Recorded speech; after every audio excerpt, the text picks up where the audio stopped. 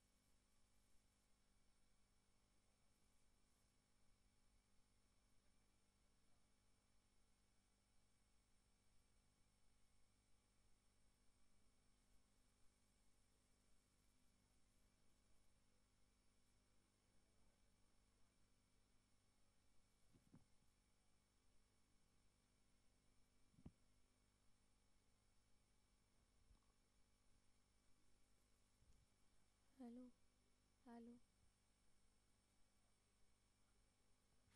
hello.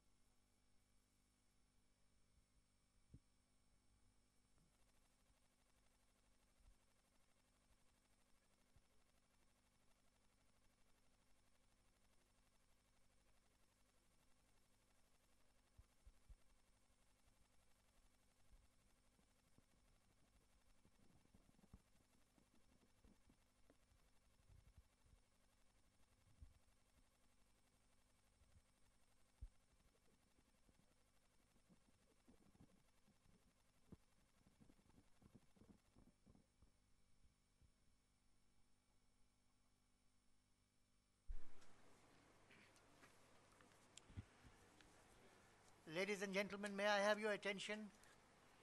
We are running behind time, and I see that the house is not quite full yet. Indeed, I'm also expecting one more panelist to join us, but I don't think we should wait too much longer. If you all agree, we can start the parallel session this morning. Is that the general view, consensus? Well, I take it that silence is consensus. So, sorry? No, no, 11 o'clock. Program is at 11 o'clock. Yeah. 11 o'clock. 11 to.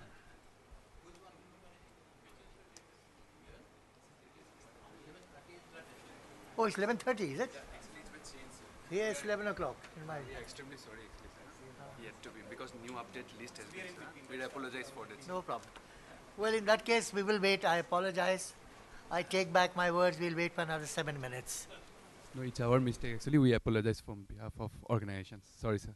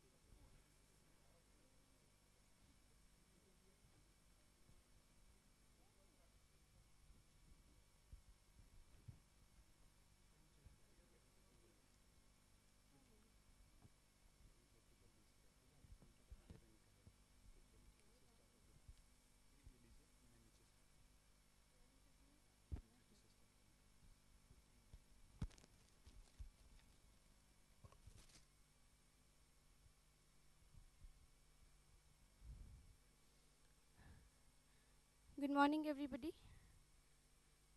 We will start the session very soon. By 11:30, we will start the session. Thank you. Yeah.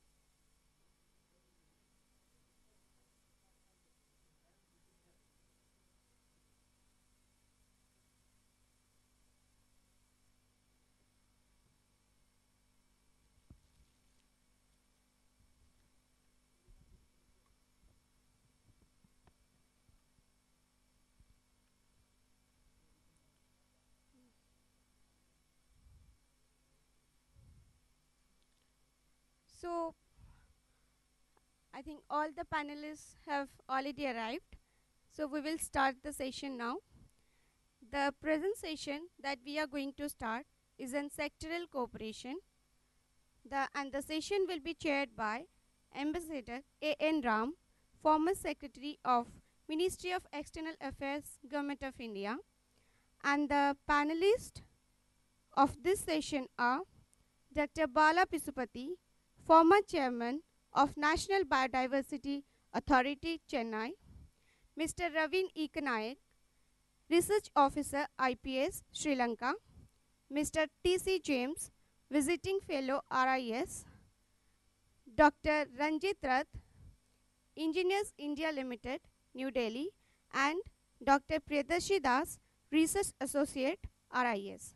So we will start the session by presentation of bouquet.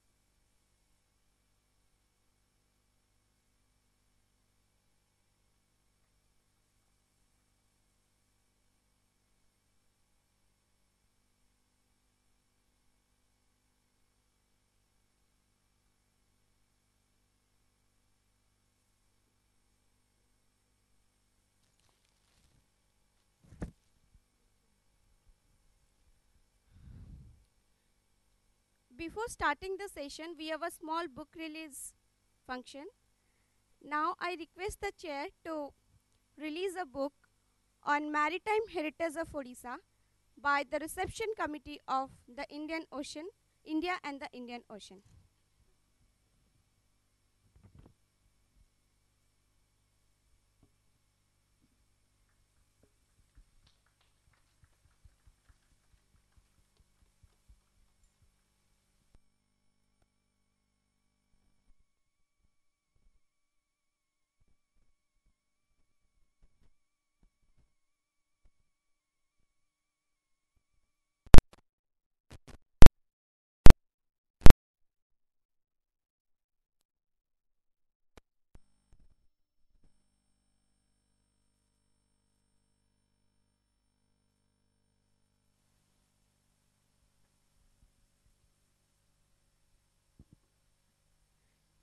Now I request the chair to start the session.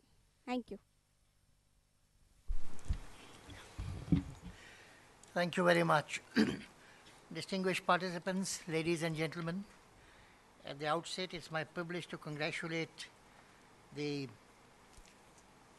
authors of the book just released, Maritime Heritage of Odisha. We all look forward to going through it and reading it with a great deal of interest. I personally would like to retain a copy, so thank you very much. This morning's session of about 90 minutes will be divided in two segments. The first segment will have 5 presentations of approximately 12 to 15 minutes each. Thereafter, I propose to have an extended, intensive, interactive session with the floor so that the panelists could answer some of your questions and listen to some of your comments. The third segment would be the concluding remarks which I'll be making from the chair, in the hope that I'm able to faithfully reflect and summarize the conclusions which we have arrived at during our deliberations this morning. So without much ado, in this section on sectoral cooperation, I have great pleasure in requesting the first panelist, Dr. Bala Pisupati, to speak on environmental concerns in IORA. The floor is yours, sir, for about 12 to 15 minutes. Thank you, Chair. Very good morning to all the colleagues.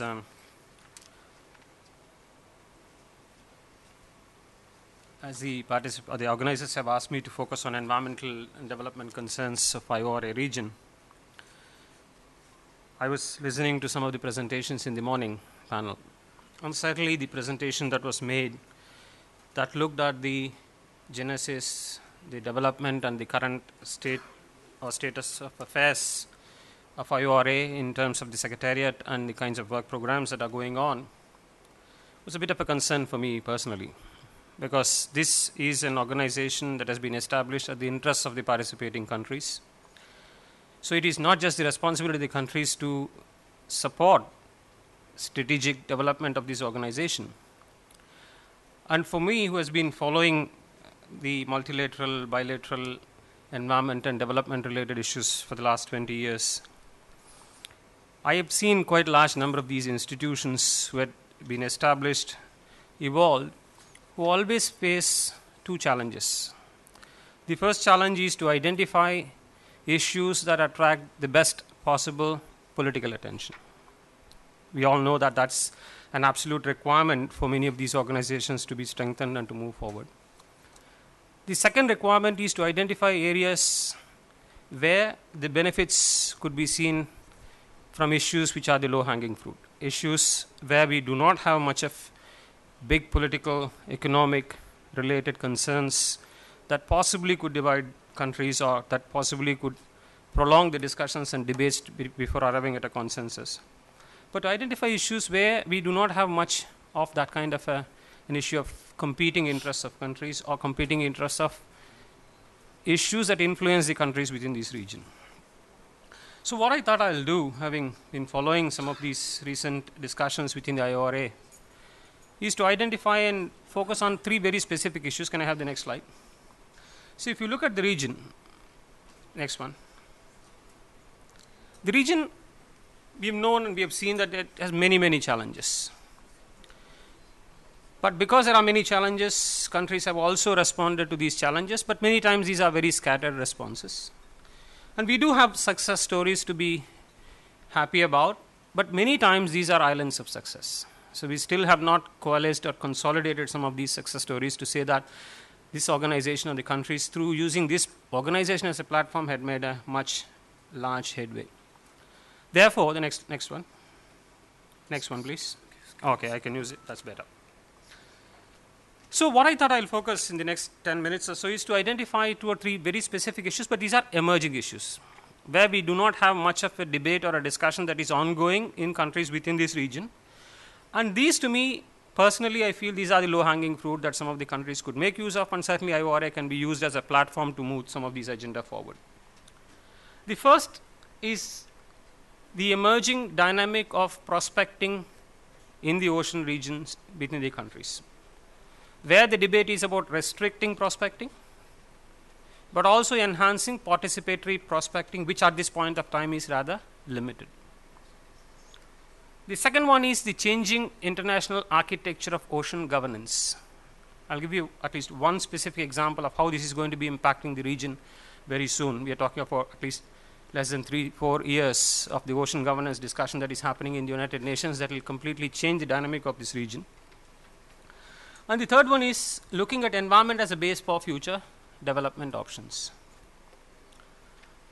And when we talk of prospecting oceans, many of you are aware prospecting resources, natural resources, is a very, very important element that happens both within the exclusive economic zones as well as in areas which are beyond exclusive economic zones.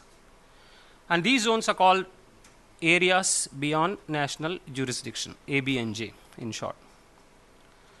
But for long, what has happened in terms of prospecting is that most of the activities in these two regions are restricted or being generally overseen by two major international frameworks where all the participating countries of IORM are already signatories to. The first one is what is called the Convention on Biological Diversity, which was negotiated under the UN platform, adopted during the Earth Summit in 1992. And as of now, it has 194 countries that are parties. And what the convention provides for countries is that any resource that occurs within the national jurisdiction of the country, that includes the EEZ, the country is a sovereign owner. The country has a sovereign right over this particular resource. And of course, we are also familiar with the other convention, the UN Convention on the Law of the Seas, UNCLOS, with 167 parties, that mainly focus on marine resource management in world oceans. That includes the deep seabed. And there is also a deep seabed authority that is functioning. But the big question mark for a lot of countries discussing the issues of resource management, especially marine resource management, the living resource management, is that does UNCLOS have a mandate to focus on biological resources or living resources? And so far, the debate has been ongoing, and there's been no very clear messages to where UNCLOS will come in to deal with managing, governing the living resources of the oceans. So in this background, what is happening is that a large amount of activity today is going on within the areas beyond national jurisdiction, where it's more like a no man's land. There is no governance structure in the areas beyond national jurisdiction area. So anyone who has got a power, technological capacity to move forward in prospecting and making use of the resources has all the elements of making the economic profit and the benefit. And as of now, we do not have any governance regime. So the marine genetic resources within these areas are subject to a lot of international and regional debates that are on. And today, 90% of the prospecting that happens in the high seas are activities done by 10 countries globally. And that is why countries felt that we can't have this Wild West mentality that is now prevailing in the region, where whoever has the power, the money, and the technical capacities can go and prospect whatever they want without sharing the benefit with the countries or with the regions. And that is why there was a lot of debate about moving forward an individual independent regime on managing these high seas or managing these areas beyond national jurisdiction, preferably under UNCLOS. And I just want to show you a couple of statistics to tell on why this region or why this prospecting is important. See, if you look at that particular slide, that actually is a scientific landscape that is emerging or that has emerged between 1998 and 2012, where very clearly the kind of research, the kind of commercial value addition related literature that is available for marine resources globally, including in Indian Ocean,